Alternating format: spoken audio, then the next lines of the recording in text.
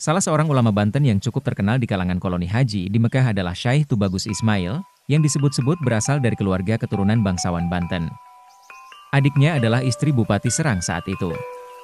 Sementara mertuanya adalah bupati yang diangkat oleh pemerintahan Raffles. Ia mendapatkan pengajaran dasar di Sarah Islamiyah dari ayahnya sendiri, Haji Sadili. Haji Sadili adalah salah satu ulama Banten, dengan pengetahuan agama Islam yang sangat luas. Ini bisa dibuktikan dengan mendidik Ismail kecil dengan dasar-dasar agama Islam yang dimiliki oleh Haji Sadili. Sebagai seorang ulama, Haji Sadili tentunya ingin anaknya menjadi orang yang menyebarkan ajaran syariat Islam kepada orang banyak. Ketika masih kecil, Ismail diajak oleh ayahnya untuk berangkat haji. Sepulangnya dari Mekah, Ismail pergi mengaji ke para ulama yang dahulu pernah membimbingnya. Tokoh panutannya adalah Syekh Nawawi Al-Bantani. Pertama, ia mengajar di bawah bimbingan KH Sahal Tanara. Kemudian ia pergi ke Purwakarta, tinggal di pesantren milik KH Yusuf. Ismail kecil dikenal sangat cerdas dan tekun belajar. Setelah beberapa tahun memperdalam nahwu, fikih, usul fikih, tafsir, dan hadis di beberapa pesantren di tanah air, ia berangkat kedua kalinya ke Mekah. Untuk memenuhi dahaga akan ilmu pengetahuannya, ia datangi semua guru besar yang dahulu mengajar Syekh Nawawi. Namun dahaganya akan ilmu pengetahuan melebihi dahaga para santri seusianya.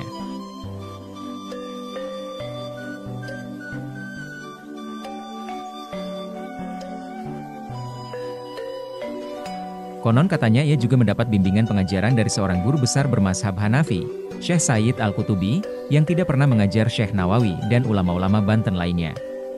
Setelah beberapa tahun tinggal di Mekah, Syekh Ismail kembali di Banten dan mengajar ilmu alat, nahwu dan saraf, dengan kualitas yang sedemikian tinggi sehingga memungkinkan para santrinya memahami 3 ilmu sekaligus, fikih, kalam dan tasawuf. Kualitas pengajaran tersebut berkaitan dengan pemahaman dan penguasaannya terhadap bahasa Arab. Syekh Ismail adalah seorang tokoh agama Islam yang mumpuni.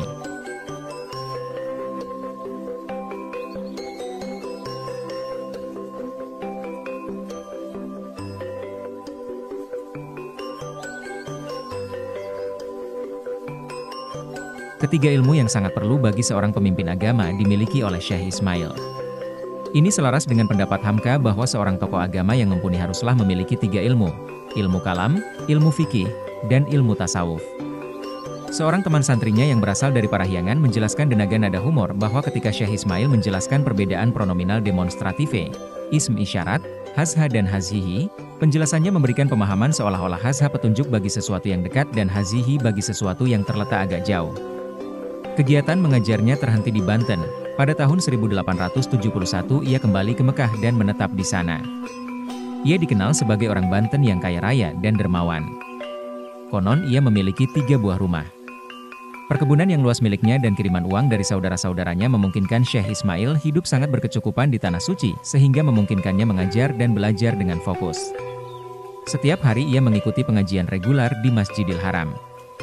Setiap hari di salah satu rumahnya. Ia juga memberikan 2 mata pelajaran kepada para santri yang juga dibimbing oleh Syekh Nawawi. Pada hari-hari besar tertentu pada bulan Rabiul Awal ketika memperingati Maulud Nabi, rumahnya dipenuhi mukimin yang hendak memperingati perayaan Maulud Nabi. Ia sangat populer di kalangan orang-orang Nusantara, dikenal senang membantu orang yang kesusahan. Untuk memperingati Maulud Nabi, ia bisa berkali-kali mengundang teman-temannya makan di rumahnya. Sama kebanyakan ulama Banten lainnya, Syekh Ismail juga memiliki kecenderungan untuk mempraktekkan ajaran-ajaran tarekat. Perannya di peristiwa Geger Cilegon sangat besar dan konon beliau yang diusung oleh para aktivis Geger Cilegon untuk menjadi Sultan Banten ketika upayanya menghidupkan kembali Kesultanan Banten menggantikan pemerintahan kolonial.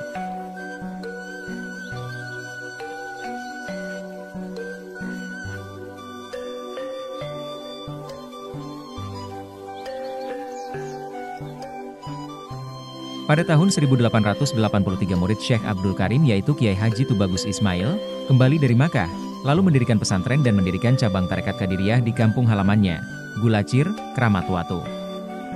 Kiai Haji Tubagus Ismail merupakan salah satu mursyid tarekat Qadiriyah. Tarekat ini didapat dari gurunya yaitu Haji Abdul Karim pada saat di Mekah.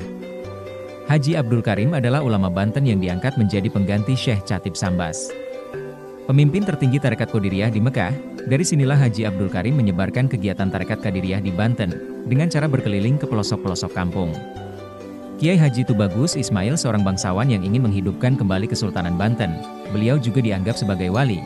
Ia tidak mencukur rambutnya seperti umumnya para haji, dan dalam setiap jamuan hampir tidak pernah makan apa-apa.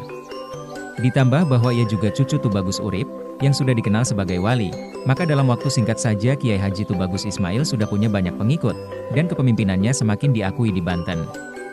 Menyadari dirinya mulai menarik perhatian umum, ia pun segera melancarkan propaganda untuk melawan penguasa kafir. Banyak ulama yang mendukungnya seperti Haji Wasid dari Beji, Haji Iskak dari Saneja, Haji Usman dari Tunggak. Selain itu para kiai seperguruannya seperti Haji Abu Bakar, Haji Sangadeli, dan Haji Asnawi. Untuk mengkonkretkan rencana pemberontakan, rapat pertama diadakan pada tahun 1884 di kediaman Haji Wasid. Untuk melancarkan rencana konkretnya, Kiai Haji Tubagus Ismail melakukan propaganda untuk Tarekat Qadiriyah dan memanfaatkan organisasi ini untuk mengadakan hubungan dengan orang-orang di luar Banten, seperti Bogor, Batavia, dan bahkan sampai ke Ponorogo.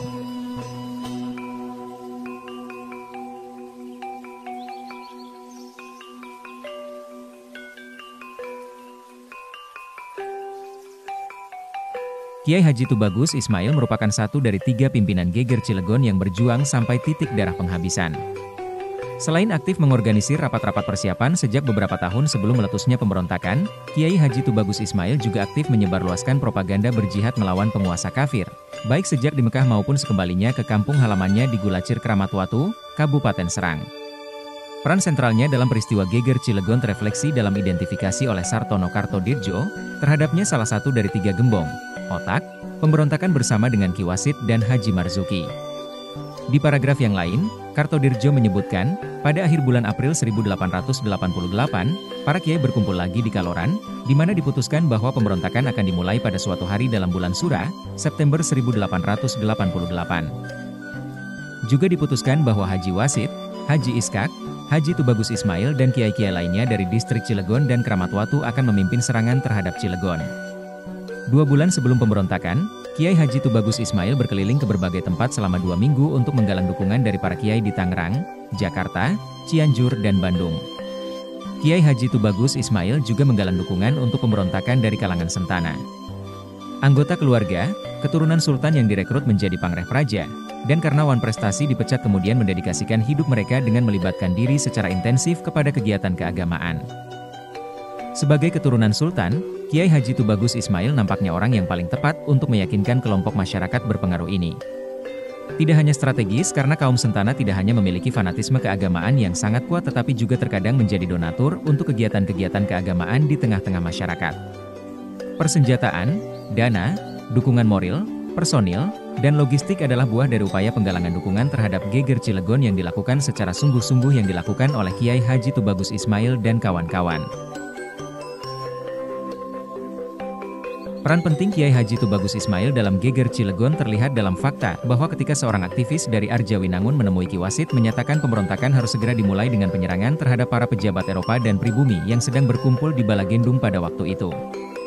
Haji Wasid menjawab bahwa ia tidak dapat memutuskan apa-apa tanpa terlebih dahulu mengadakan konsultasi dengan Haji Tubagus Ismail. Bahkan pertemuan terakhir untuk penentuan tanggal mulainya pemberontakan dilaksanakan di rumah Kiai Haji Tubagus Ismail di Gulacir Kramat Watu. Apalagi setelah Haji Marzuki meninggalkan Banten beberapa hari sebelum meletusnya pemberontakan, maka pucuk pimpinan Geger Cilegon praktis diduduki hanya oleh Kiai Haji Tubagus Ismail dan Ki Wasid yang pada hari pertama pemberontakan memimpin barisan pasukan yang bergerak dari Cibeber ke arah Saneja. Peristiwa penyerangan pasukan yang dipimpin oleh Kiai Haji Tubagus Ismail diceritakan oleh Kartodirjo ketika ke desa Saneja itulah Kiai Haji Tubagus Ismail memimpin pasukannya pada malam hari Minggu itu tanggal 8 Juli. Ia memimpin sejumlah besar partisan, yang terutama berasal dari Arjawinangun, Gulacir, dan Cibeber. Diperkuat dengan bala bantuan dari Saneja dan desa-desa sekitarnya, kaum pemberontak bergerak menuju daerah tempat tinggal pejabat-pejabat di Cilegon. Penyerbuan terhadap rumah-rumah dinas Eropa dan pejabat pribumi terus berlangsung beberapa hari. Dengan semangat luar biasa dan memperlihatkan semangat juang yang pantang menyerah, Kiai Haji Tubagus Ismail terus memimpin pasukannya. Dari Cibeber, ke Saneja, kemudian merangsek beberapa rumah tinggal para pejabat kolonial di kota Cilegon dan berakhir dengan terbunuhnya asisten residen Cilegon, JHH Goebbels dan 16 orang Eropa dan pejabat pribumi lainnya, di tangan para pemberontak pimpinan Kiai Haji Tubagus Ismail. 7 orang terluka dan berakhir dengan luluh lantaknya kekuasaan kolonial di kota Cilegon saat itu.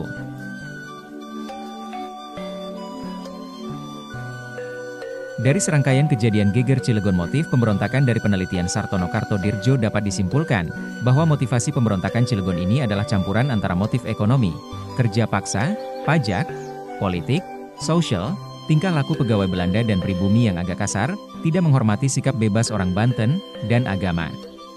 Tetapi karena pemberontak tidak menulis karangan tentang motivasi mereka, maka latar belakang peristiwa ini hanya dapat dikumpulkan dari pihak lain atau penyidikan polisi.